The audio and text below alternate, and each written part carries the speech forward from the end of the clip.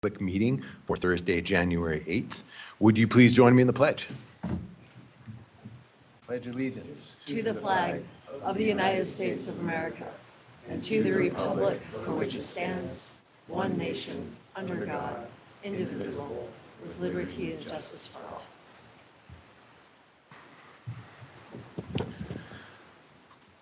Missoula County acknowledges that this event takes place in the Aboriginal territories of the Salish and Kalispel people. Do we have any public announcements?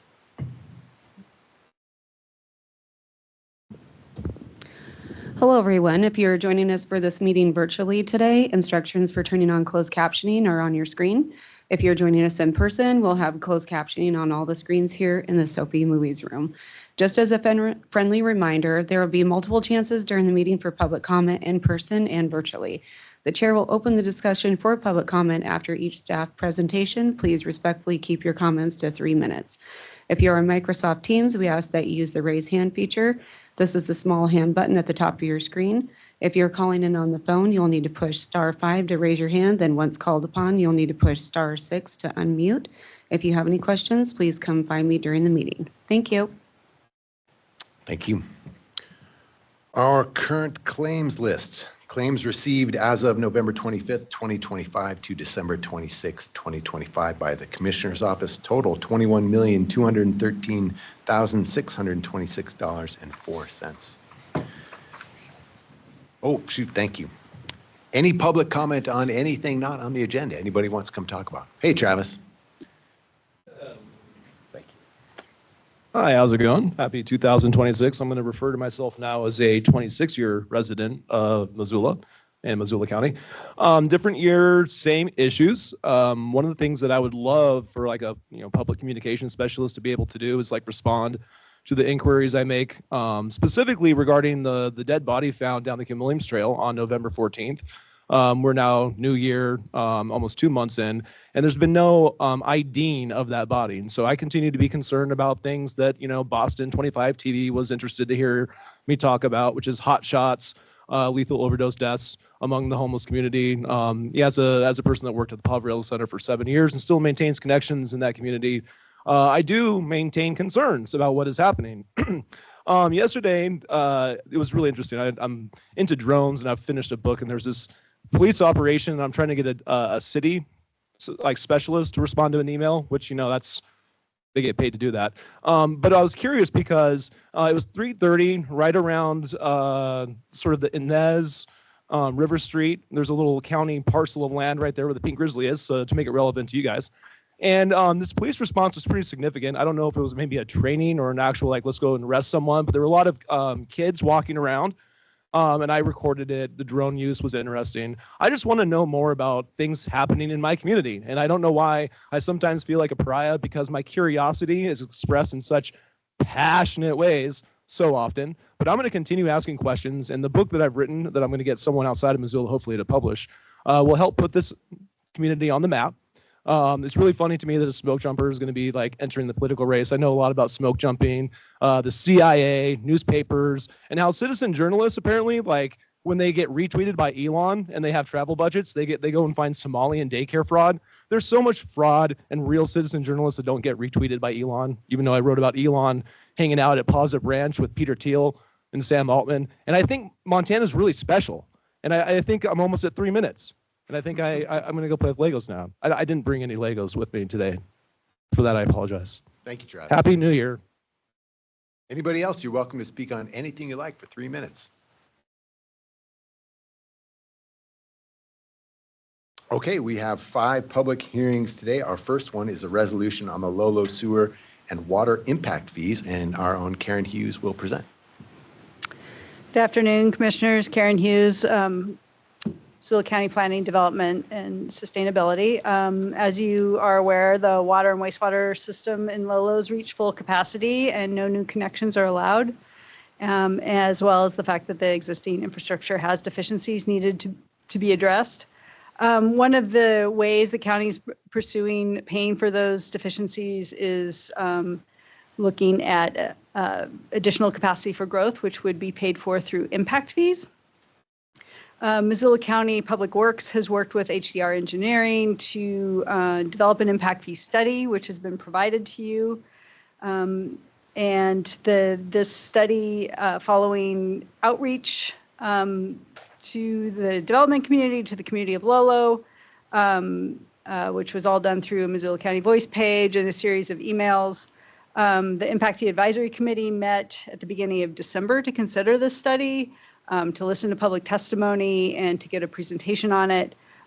They, following their review, recommended unanimous approval of adoption of the impact fees at 100% as proposed in the study.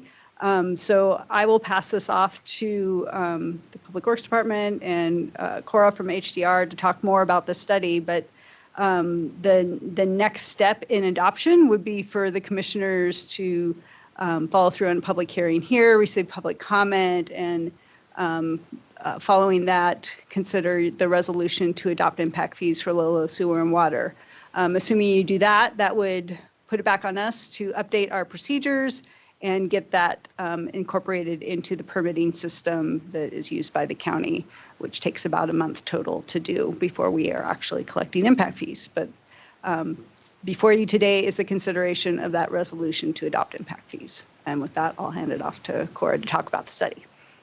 Great, thanks, Karen. So I'm going to just go through really high level the study in broad terms because it's in your packet and I've presented before, and I know you have a lot of your agenda today, but I'd be happy to take any other questions that come up as needed. So the final study was published in October of 2025 in your packet, and so it involves drinking water and wastewater impact fees. We attempt to do a preliminary engineering report that looks at what are all the needs of the facility in both the drinking water and wastewater realm, and then estimate the costs of those things into the future, and then assign a portion of those to what part is due to growth and what part is due to the existing infrastructure needs.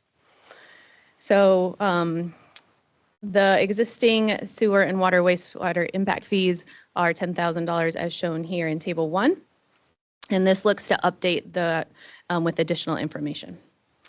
So I'll skip ahead to the planning and the planned growth. And as Karen mentioned, there is unable to be any additional connections in Lolo right now. So while that planned growth of 1,350 homes or EDUs or economic dwelling units is shown in 2020, the system has not expanded since 2020. So that's the current population. And then we're looking at the growth here in the system for an estimate of the projected up to 2050. Relating to the water system, so this would be drinking water going to homes. There was a phase 1 project that was completed with ARPA money, so that's why we're mentioning phase 2.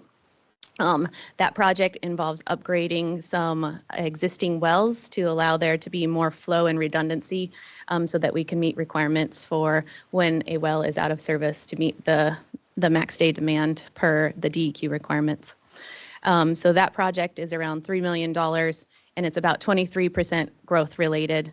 So it would allow for an additional 400 homes to be added.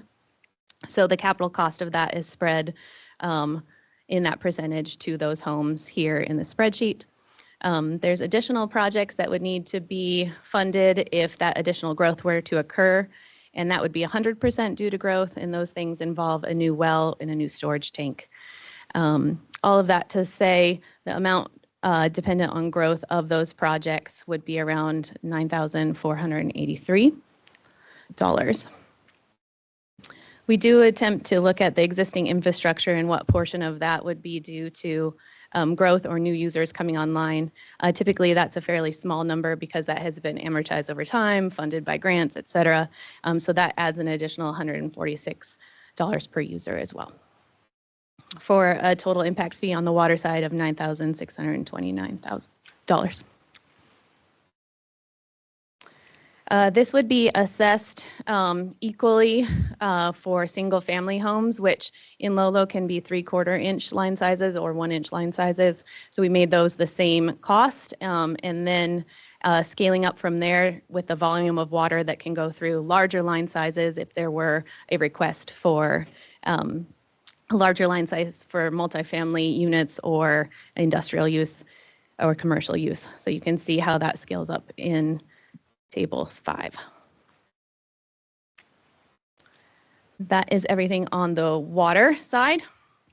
Looking at the wastewater related projects, the wastewater treatment plant also had a phase 1 project that was entirely funded by ARPA. So I'm starting at phase 2 here.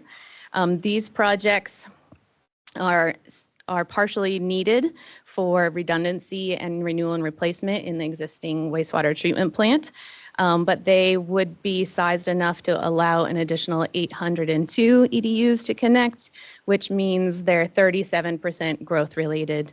And so the capital costs of those are assigned at the 30% due to growth in this table. Additional disinfection in the UV would be needed, and that wouldn't be needed until you added enough flow, and so that's 100% due to growth. And there is some additional upsizing of a force main interceptor that the ratio is 44% due to growth. So all of those costs for the treatment plant are around $5,000. Additionally, there's some improvements needed in the collection system for renewal and replacement, as well as upsizing. So the total growth-related capital improvements for wastewater would be $7,357. Same story on the wastewater for assigning value to the existing infrastructure. That works out to be $531. So the total estimated impact fee for sewer is $7,888. Similarly, this assessment is scaled based on water line size, as shown in this table 8. I should point out that any additional developments within those areas and outside of these capital improvements, for example, if you needed a water line extension to the specific area being developed, would be entirely on that entity to provide. This would just be the portion of the need of the system within the community. And I'm skipping ahead to the total, which is the sewer and wastewater added together.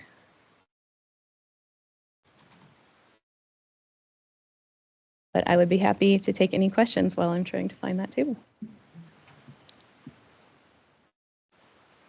I thought they were always separated waters. Okay. I could be wrong. Thanks, Jason. That might be why I'm struggling.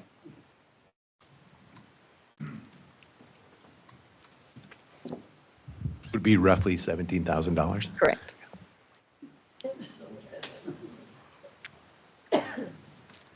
And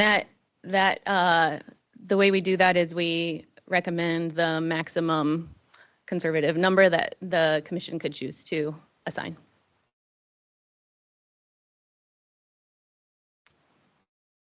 I'll stop. We're open for questions. If there are any in the room or online, please let us know. Yeah, go ahead, sir. Just one on the percentages. But Cora, thank you very much. Hey, hang on just a sec. Get my name. Oh, sorry about that. Once you come on up. We'll do it this way. We'll be straight. Anybody want to speak on this? You're welcome to. So come on up to the podium, say your name, and we'll do our best we can to get your questions answered. Thank you. My name's Steve Major, and mostly I have no qualms about what's been done. I looked at it pretty well, and it looks pretty good. I had put in a letter of some concerns I had earlier to the commissioners, and was looking at price range, what I thought would be good, around between 20 and 30,000. But seeing as that was done very well, I'm happy with that. I just have a couple questions on a couple of the I guess factors that you used. You mentioned the 44% for the force main. How do you come up with a percentage on something like that? Absolutely. So the 44% on the force main is a ratio of the areas of the pipeline size. So a portion of replacing what's there and then the additional size, if it were upsized, of what water you could squeeze through in that area. Okay, and just to follow up on that, and that's, you can kind of put that together mathematically to figure out what's the difference between growth and existing for the system. All right, thank you, Cora.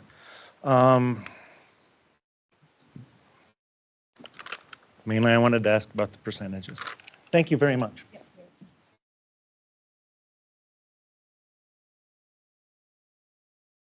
Anybody else? You're welcome to ask a question, speak on this. Anything from the commission? Oh, Jason, you have something?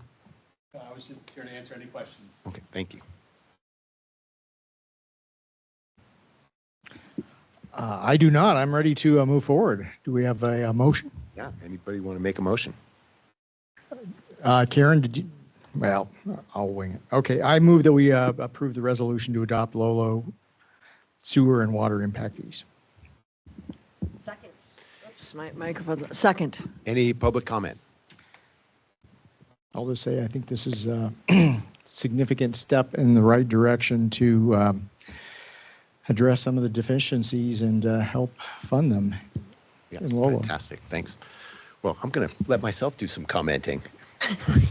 Big shock, right? First, I want to thank the Impact Fee Advisory Board. These are folks who are professionals in this realm. We have representatives from the development community, realtors, engineers, and planners, and they worked through this with a fine-tooth comb for many, many hours. And the fact that they are giving us a unanimous recommendation really means a lot to me. Also, really want to say thanks to Jason and to Cora, and especially to Karen for shepherding this process along for months and months. For a long time, we have been wrestling with how to improve the sewer and water system in Lolo for the users who are there right now, and also to facilitate growth. We're all very aware of the housing crisis we're in, and we need more houses. That's just a straight up fact. And Lolo's a beautiful place to live, and there's space. We need to get the water and sewer up to snuff, and it costs real money. This is a mechanism by which we can have new growth basically pay for itself and have existing users pay for the changes that they will enjoy. So I'm really excited about doing this and about the fairness, and I want to say thanks to everybody who make it happen. With that, all in favor? Aye. Aye. Thank you. Next up, Resolution Missoula County Zoning Code Maintenance. Lauren Wright.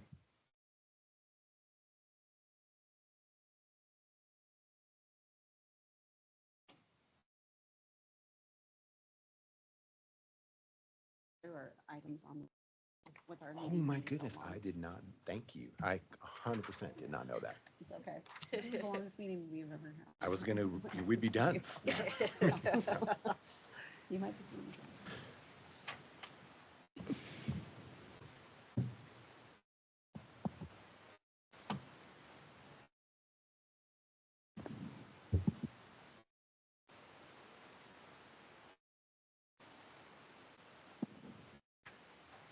Thank you, Commissioners. Lauren Ryan, Planner with Planning Development and Sustainability. And for your consideration, I'm presenting the Zoning Regulation Maintenance Update Final Resolution to you all. Quickly going over the time frame here, on November 13th, 2025, at your public hearing, the resolution of intent was adopted. On November 22nd and 29th, we posted a legal notice as required for that resolution of intent. December 13th, 2025 ended the 30-day comment period. From that comment period, we did not receive any new comments received, and therefore no changes are necessary to what was recommended. And so with that, I have a motion in front of you and happy to answer any questions if you have any. Thank you. Thanks, Lauren. Any public comment on this? How about from you guys? Well, it was an opportunity for Lauren to brag about the process. What did we learn about this? Ooh, brag about the process. There is now no concerns or comments and Yeah, I mean, when we do these maintenance updates, the goal is to get to a point that we identify issues within the regulations. We adopted this code in 2022, and we work hard to update them on a yearly basis. And the goal with these is to hopefully make issues in the regulations a little bit easier for folks to understand. And so, yeah, we work really hard on the front end to work with the public, the development community, and others to come to solutions here. So when we get to this point in the process, we don't have a lot of public comment, just because we've worked through a lot of the issues. So, yeah, I think with the lack of public comment we've received, hopefully we've done a good job on the front end of coming to a conclusion with some of these issues. So, yeah. thanks for sharing that. Yeah. Well Yeah. done. Thank you. And with that, I guess I'll make a motion. Request our board approve the resolution to adopt the updated Missoula County zoning code as recommended by the Missoula Consolidated Planning Board as a zoning regulation for a portion of Missoula County to implement the 2019 Missoula area land use element and the 2016 Missoula County growth policy. Oh, wasn't even looking at the screen. I move to adopt a resolution to amend the Missoula County zoning regulations based on the findings of fact and conclusions contained in the staff report. Second. Any public comment? Okay, all in favor? Aye. Aye. Thanks, Lauren. Yeah, Thank thank you. Next up is Andrew Hagemeyer with the Y Infrastructure Plan.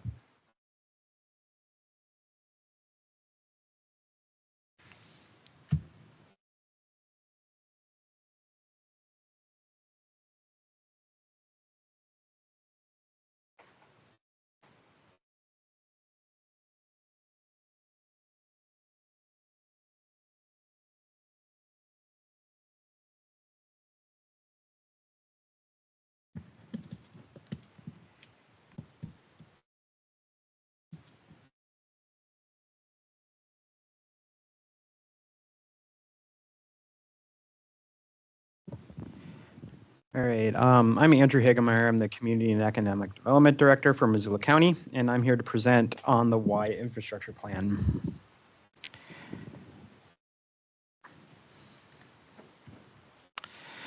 All right, what I'm here to ask for today is a request from the County Commissioners to adopt the Y Infrastructure Plan. This plan has been in process for a couple of years now, and we've finally ready to finish it off. So I'm going to start with the why on the Y Infrastructure Plan. The plan is an implementation step identified in the 2019 Missoula area land use element. That process, which involved, as you know, thousands of comments and years of public outreach, identified the Y as an area, a growth area for Missoula County. However, that area today is not set up to accommodate the type of development that the plan was really forecasting. So we needed to think about infrastructure before it really develops. So this plan will help us understand infrastructure needs and constraints in the area. It will help us identify funding sources and think about funding infrastructure improvements over time. And it also keeps Missoula County in a proactive stance, thinking about the long term and how we should grow in that area.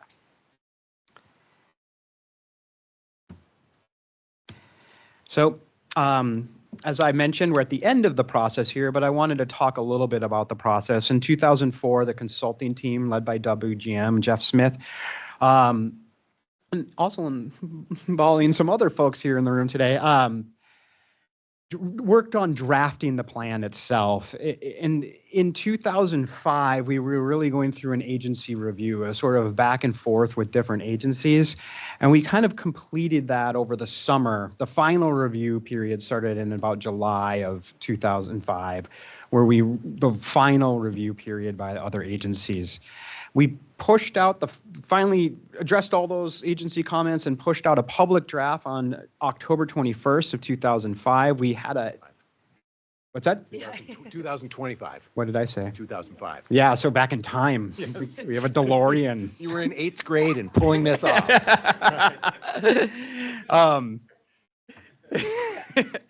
So yeah, in 2025, October 21st, we released the draft to the public, and we had an introductory presentation with the planning board and informational presentation with the planning board.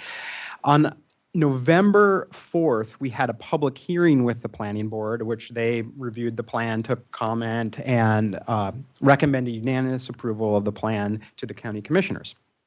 A couple days later, Jeff Smith from WGM and I presented to the Leadership Missoula group, which about 50 people on this plan, took questions. A couple weeks later, I went out to West Valley Community Council, met with them, discussed the plan, heard what they thought about it.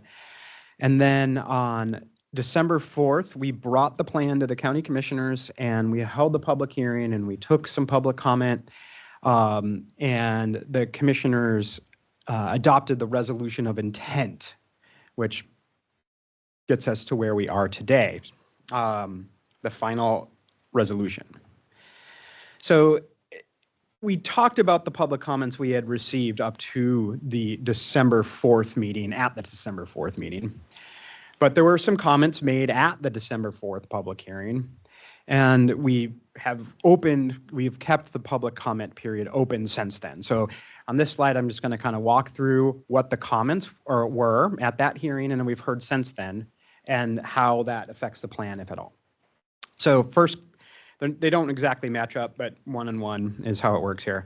So the first comment we heard at the public hearing was, has tourism and school bus traffic been accommodated for or considered in the plan? And the answer is yes. All the traffic modeling factors in all the types of traffic and that we see in an area. So that has been considered.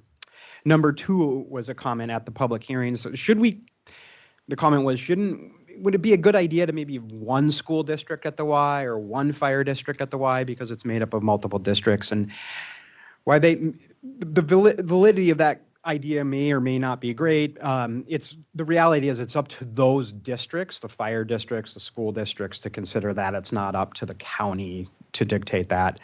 But it is recommended in the plan that the county help those entities plan for future growth in the area. Third comment that is brought up at the public hearing was, is there enough water out at the Y? Specifically concerns about groundwater.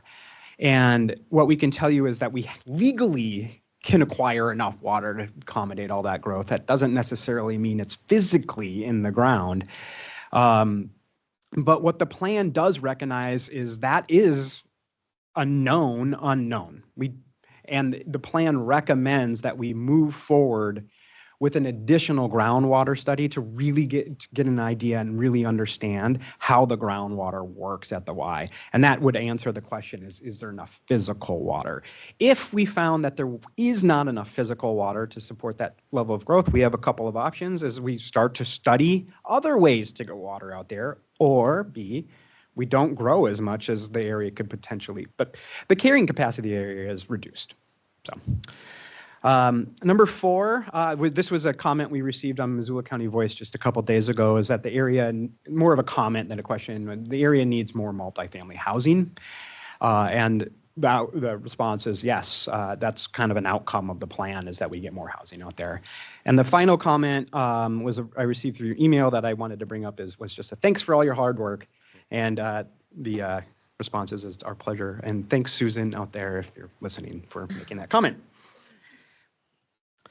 So again, what is our request today? It's to approve the final resolution adopting the Y infrastructure plan. If that occurs, it will be considered an issue plan in the Missoula County growth policy.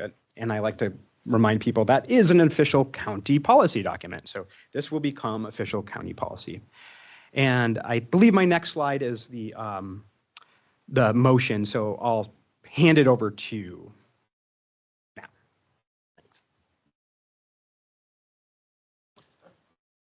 So where does the, or do we do public could- first? Sorry. Anybody want to ask any questions or public comment on the Y infrastructure plan? Anybody online as well? Okay, up to you guys. So where does the water study fall into this, or how? Yeah, so I mean, the plan itself acknowledges that there are questions about water quantity in, we can't see into the ground. So it's not like looking at the river and being like, yeah, there's water there. But that's the likely source of where water will actually come from when that area develops will be from wells, from big, like public wells. So the plan, it's an implementation step of the plan. It's saying, hey, to really make this work, to make development occur out here like you're anticipating it, you need to study the groundwater. And how that would work would be, we would work with the Missoula County Water Quality District, would be our main county department that we would look to. They're the more of the experts on what these studies look like, who has the expertise to do them, what the scope of work would be like. But we would move forward through the county budgeting process, which could include perhaps the tax increment finance districts that are out there to get a scope of work and then ask for money to complete the study. Yeah. Thank you. So, I mean, if the plan's approved, the plan is its own separate thing, but ideally we don't want it to be shelf art, so we have to make sure that the water study happens. Yeah, this is a really, really important implementation step that shouldn't be, we should move on as fast as possible. The planning board in their recommendation wanted to communicate that to you as well, like, hey, you guys we really need to do this study. So. Okay, thanks. Ready for a motion? Did we take public comment? We did earlier. Oh, okay, thank you. Sometimes I forget these things. Thank you. I move to approve the final resolution adopting the Y infrastructure plan as an amendment to the Missoula County growth policy. Second. Any public comment on this? Okay, all in favor? Aye. Aye. Thanks, Andrew. Yeah, thank you. Next up, a second hearing ordinance, Missoula County Community Councils, and Chris Lounsbury, our CAO, will present.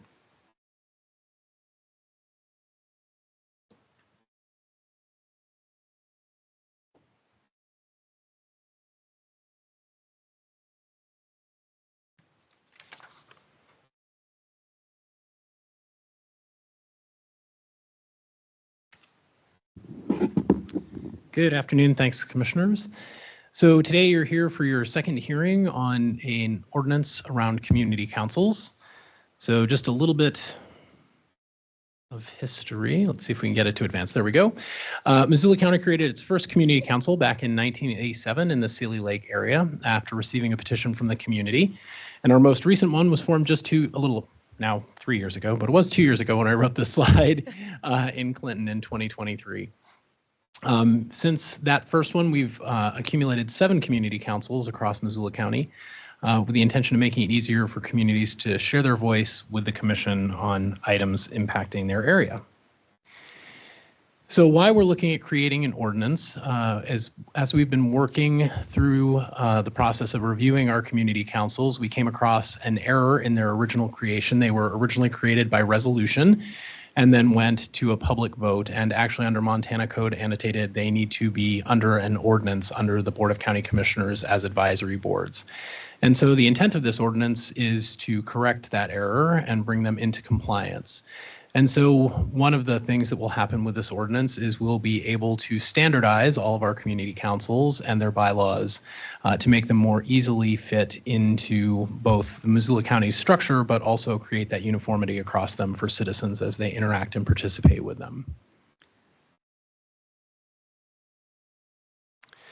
So what this ordinance does is it creates a common framework for all the community councils. It standardizes the number of members for each of the districts, establishes uniform processes for accounting for the funding for the community councils and the public records and reporting requirements of community councils, and then also establishes the process in the future by which we will establish additional community councils should they be needed, or adjust their boundaries, or in rare circumstances potentially dissolve them if there were incorporation or other needs by the board.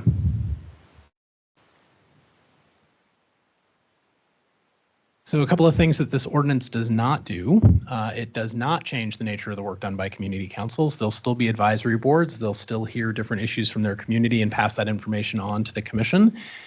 It does not remove any of the current serving members on the community councils. They will transition from elected positions to appointed positions through a staggered process so that they will continue to serve throughout their term and then be eligible for reappointment under the new process. So it doesn't remove anybody who's currently serving.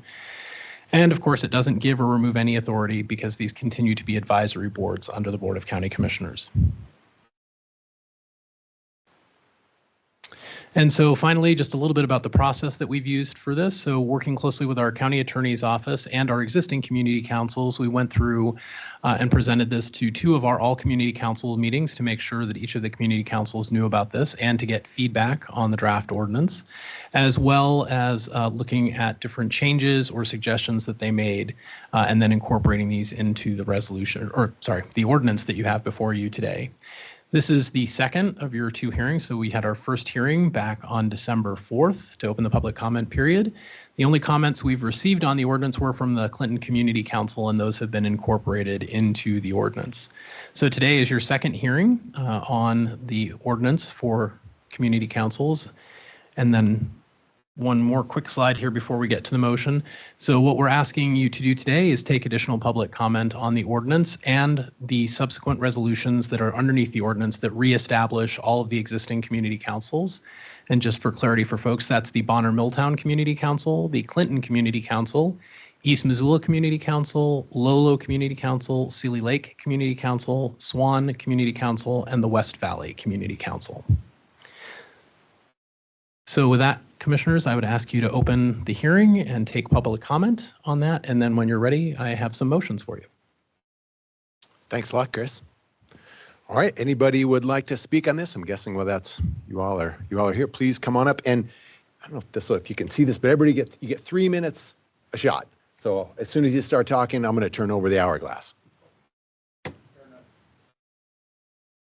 And make sure you say your name and then the mic is on. Okay, mic is on, I believe, and Patrick Moore is my name, and we represent the Lowell Community Council. And I've read over this new ordinance that was proposed here. A couple of questions I have just for clarity, mostly. I see that the new community council members will be appointed by commissioners, and my question about that is representation for the community itself. If the commissioners do this, before they were voted and people would apply and it would be voted on. And I'm wondering why we went to that instead of, a voted means of people who apply from the community. Yeah, so the short answer is there is, under Montana Code Annotated, there is a section that allows for community councils, and there is not a provision under our form of government for Missoula County that allows for them to be elected positions. That is one of the errors in the original resolutions, was that it references the wrong section of Montana Code for the form of government that Missoula County is. So technicality is what it sounds like. It's not a technicality. There is no allowance in law for it. Understand.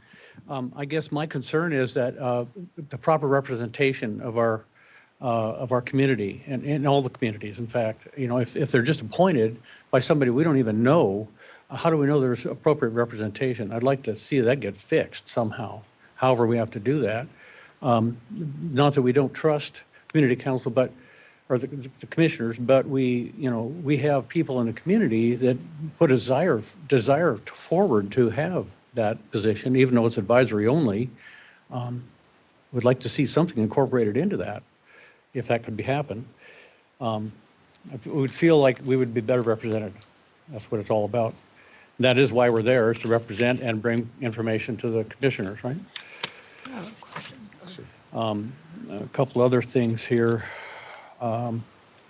Does this new resolution change our current bylaws? Does it delete all of those items that were previously in existence with the councils in that regard? So this ordinance just establishes the ordinance and the resolution that sets the boundaries and other information for that. Bylaws would be a separate item that's not before the board today. So do we assume that the bylaws then that we have are currently in effect? Is that what we're saying? They are currently in effect, and during the all-community council meeting last month, Kyla Leonards talked a little bit about some of the updates that will be coming to the bylaws for the future, but that is at a different meeting. It's not something that's before the board today. Okay, so this doesn't change the bylaws. That's my concern. Okay, Correct. The bylaws are not before the board today. right, okay, good enough. Okay, that's the main concerns that I had with these. And I guess the other thing, it could pertain to what we're doing here, but it's a point of interest. We have a hard time getting public to come to our meetings. I think all the councils do, and that's part of the problem. And even getting people to sit on the commission or on the local community council. And I believe, and I've talked to neighbors and people of our community, and they feel that, if they would come to the meetings, if they felt better represented, and one way they could do that would be to have a vote when we bring up and talk about things. So they could actually vote yes or no on things rather than put their point forward and then have a few people, that decide. More of a complete representation. So just a point of interest on that, something to think about, maybe not today, but something for future that we should address, I believe. I've heard enough of it from some of our local people that I think it's important. So that's all I have. Juan. I have a question, Patrick. Maybe I didn't quite understand your last point. The voting not on the members of the council, but voting on the, help Yes, me understand, the yeah. public that attends, they feel that, they can say things, but when it comes time to make a decision, they can't vote. And, typically with meetings, I belong to a union, and all the people in that union voted when we had meetings. So everybody was represented, and it was a good feel for everybody. Otherwise, it's just verbiage. And then Okay, so several people- you're saying there's no discussion. People don't feel. They can discuss, but they can't vote how they feel. Somebody else has to interpret what they've said, and then they vote, the people on the council, in other words, vote. Okay. And they just feel, I feel we'd have better attendance if we had them feel like more they had a say of what actually happens. That's the impression I get from people. And I had a, Sounds like, Patrick, you'd like the old-fashioned kind of New England-style town meeting where there is no representative democracy. It's direct, where everyone comes and everyone votes. That's just to be clear, that's what your idea is? Yes. Okay, thanks. Something like that, however it could be implemented. I just think we just need more people there so we get more input. That's kind of that's all we want to do is get more attendance, Yep. and then I kind of had a question about the appointed versus voted. It sounds just the words. I can kind of understand what Patrick was concerned about, but when we appoint folks, we're not just going out and choosing someone. People have applied and come to us. So they are, in a sense, like they've showed interest and want to participate So in this. would the board. application process be similar to what we have now, do you think? Yes. The same. Yep. Okay. And it's open, and so Sure. you And could anybody. come in and observe it You bet, and share you your thoughts and bet. comments. Okay. Okay. All right. I think I That's was all just have. talking to myself, but I was looking at Chris. But okay, thank you. Yeah. Thank you.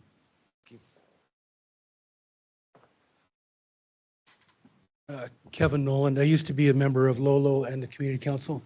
And I think maybe Patrick's question about the elected versus appointed, what I found my experience being a regular community member, and then I went through the interview process and was appointed to the Community Council. And it was really neat to eventually see names put on a ballot and have the people choose from that. But the constitutional republic gives as you said, Commissioner Slotnick, I haven't been around you guys a long time, so sorry. We get mixed up all the time. Maybe I'll tell them how hard you work at the gym. Yeah. And then, yeah. But the representative style of government we have is, if we can communicate that with the rest of the community members, that commissioners are doing the best they can with the information they have based on what the council provides to them in the meetings. That might help with your attendance. The other way to get more attendance is to try to put a resort tax in Lolo. People will come out. You'll have full meetings all the time. But my input would be for this meeting's purpose, to change the state laws and the Constitution and these provisions that would allow that. I know that's a lengthy process, but, maybe the community council, members, if you want to have that, there is a process to change those laws, and maybe start with those discussions and have the group participation for that. But thank you guys for your time and the hard work that you do. Thanks, Kevin. Guys and gal. Thanks, Kevin.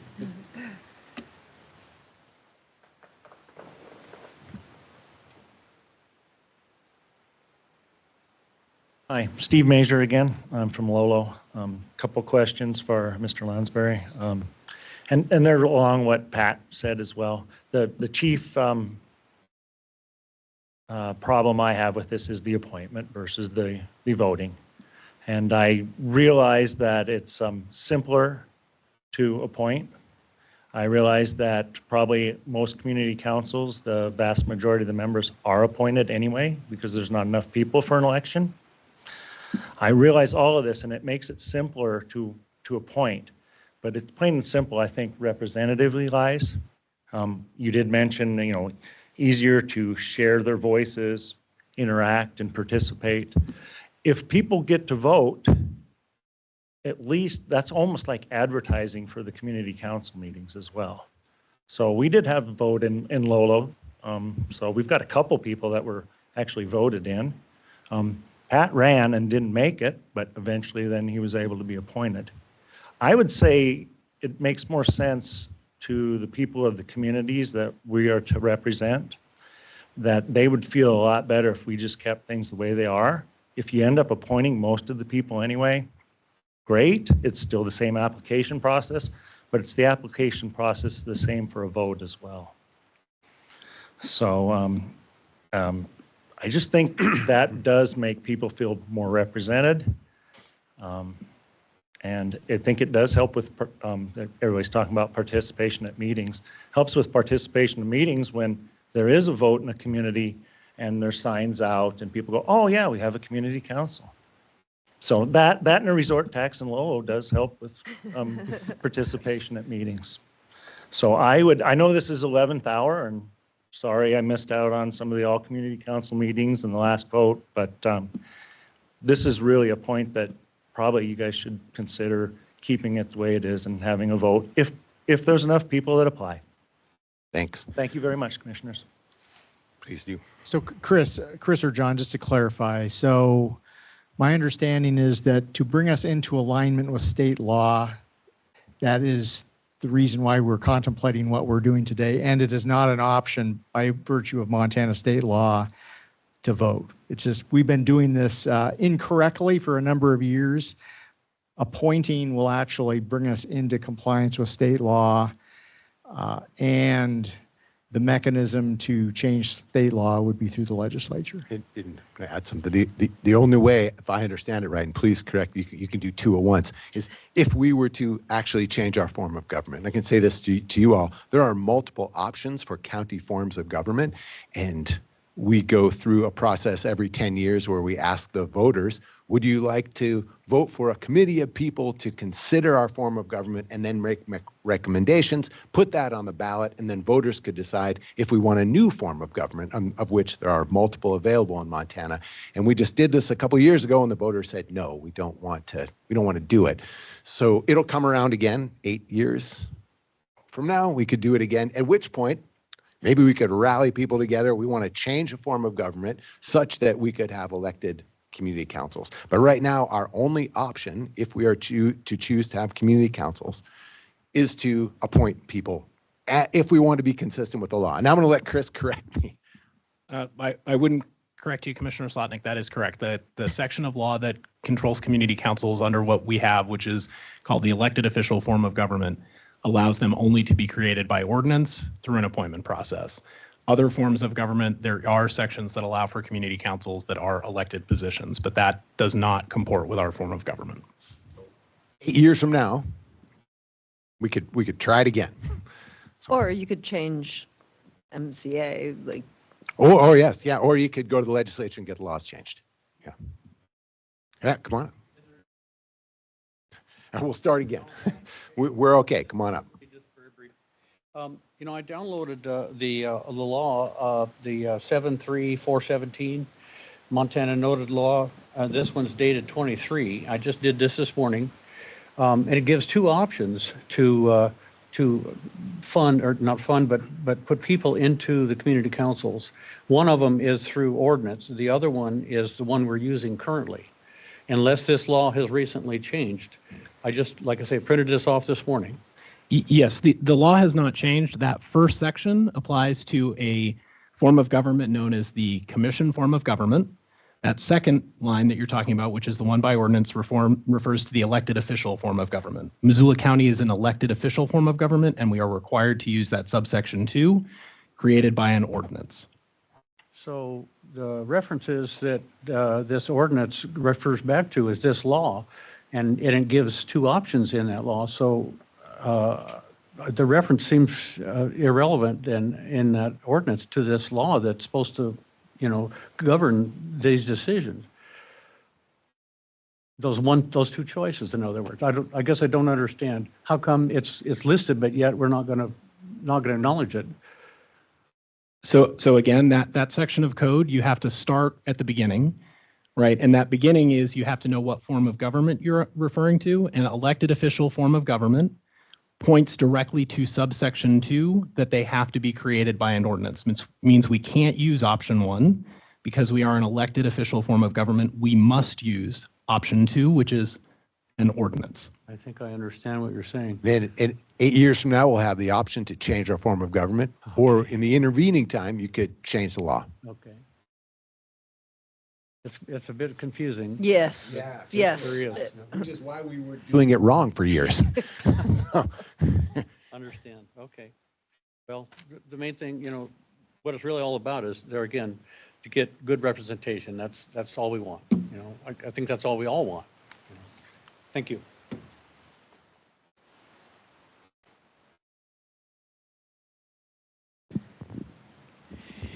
Yes, I would move that we close the hearing, and I move to adopt the Missoula County Community Council Ordinance 2026-001. Second. Any public comment? Thanks for coming, guys. I would offer one bit of additional discussion on this, and that is point well taken as far as attendance and engagement. As you look around the room here, it's a little sparse today too, and if maybe there's a different agenda item, it would bring out the crowds. One thing that would absolutely pack the house probably would be a discussion of incorporation of Lolo, and I don't say this is not meant to be tongue in cheek either. There's a couple places in Missoula County, namely Lolo and Celia Lake, that actually might be viable candidates for incorporation. I say that because I think what some of our community councils are actually looking for is to be governing bodies themselves, as opposed to just advisory to us.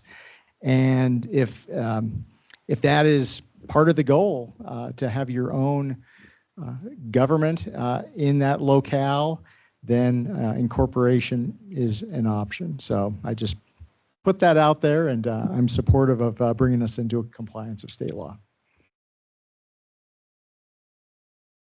Yes. Okay, Kelly. Sorry, can you guys hear me? Yes. Okay, great. I would turn my camera on, but for whatever reason, I'm struggling to make that happen, and I apologize. The only other thing that I was trying to comment sooner was just, as you consider this, one of the things in making it uniform was, if it's still written the way we had talked about in December, was that the councils would be made up of 7 people. And I know in West Valley, we just finally got to 5.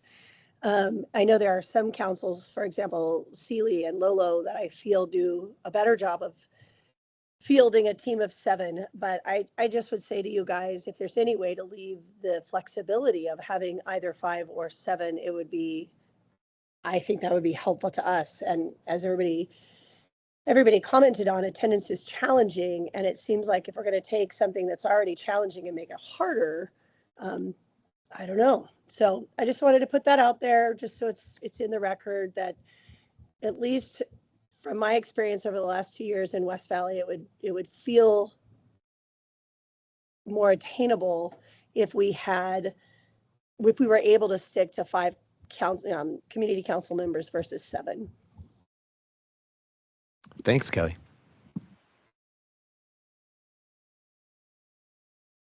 We have a motion, right? We got a second. Second. Any more public comment? Okay, all in favor? Aye. Thanks, everybody. Secondly, I would move to adopt the resolutions creating the following community councils in accordance with the Missoula County Community Council Ordinance. And that includes Bonner, Milltown, Clinton, East Missoula, Lolo, Cedar Lake, Swan, and West Valley Community Councils.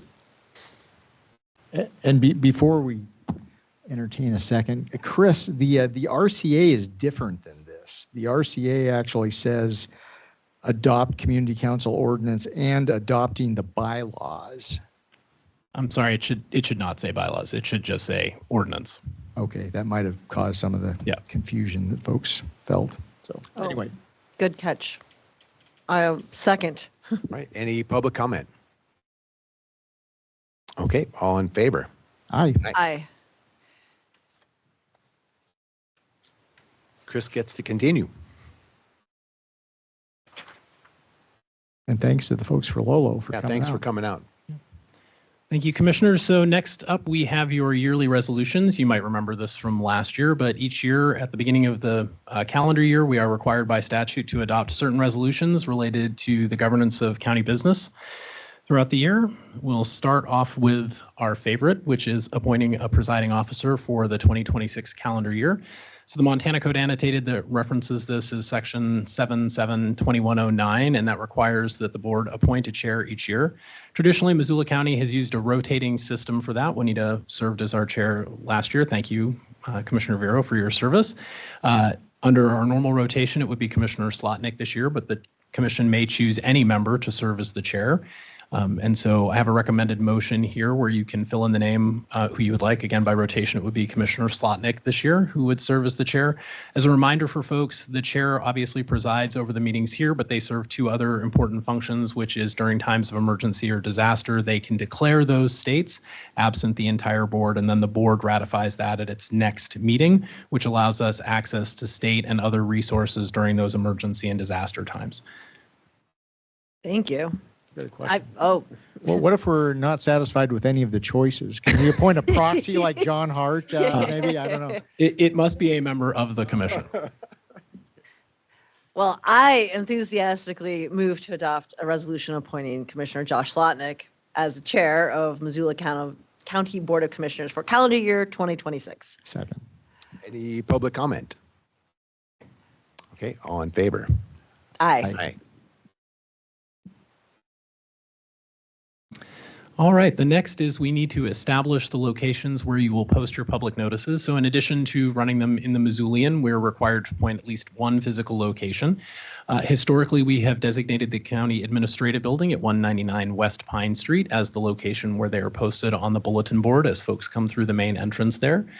The particular section of code in this case is 7-1-21-23 that requires this adoption each year. And our recommendation from staff, again, is that 199 West Pine Street, your administrative building, just inside the main entry, be the location for official postings of public notices, in addition to the requirement that they be published in the Missoulian. Okay, this is so 20th century. I move to adopt a resolution designating 199 West Pine, the county administrative building, as the official location for posting of public notices. Second. Any public comment? Okay, all in favor? Aye. Aye. All right, Commissioners, the next is that you need to adopt a resolution that sets the dates and times of your regular reoccurring public meetings. That section of code is 752122. Missoula County has historically held administrative public meetings on the Tuesdays and Thursdays of each week, and then these public hearing meetings on the first, second, and fourth Thursdays of each month. Department meetings then with the commission meet throughout various times but are posted on your commission calendar. So the formal notice ones that we have to have are the administrative meetings on Tuesdays and Thursdays, and then these public hearing meetings on the first, second, and fourth Thursdays of each month. And the recommendation from staff is to continue that schedule. I would move to adopt the resolution specifying the regular meeting date and notifying the public of those dates.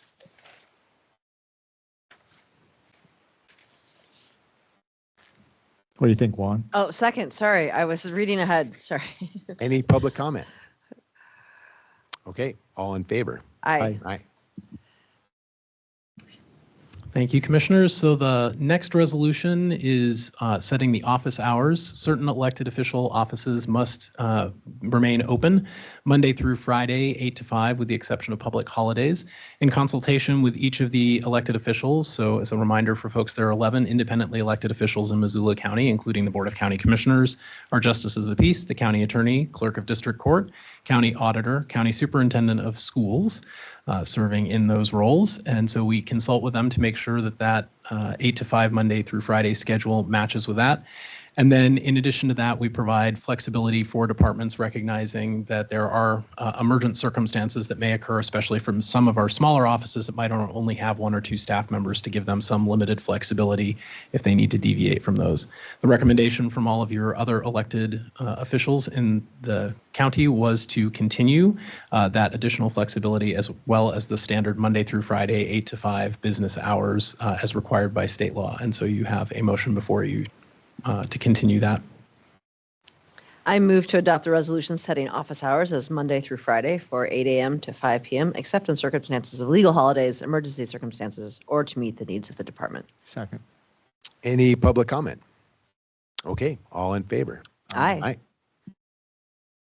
And then, Commissioners, just for folks who may have missed the Thursday administrative meeting, you do not need to take action on this, but normally as part of your yearly resolution, you are required to set the daily rate of incarceration credit, and this is used by our court system to, when folks are incarcerated, to be able to credit against fines and fees that may be levied against them. That is based off the actual costs for the preceding year, which would have been 2025, as well as the number of available days for each bed.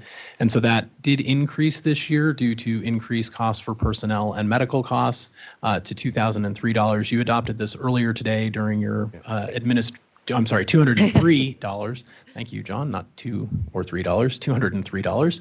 You did adopt that during your administrative meeting this morning because we were not able to make the notice requirement, but I did just want to put it up for members of the public in case they did not see that this morning. But you do not need to re-adopt it today. Thank you, Chris. Thank you. Thank you. If any of you guys follow this stuff closely, this is indeed quite a big jump from last year, and this is due to increase in pay for our deputies and huge increase in our medical costs at the jail, predominantly around pharmaceuticals. So, thanks.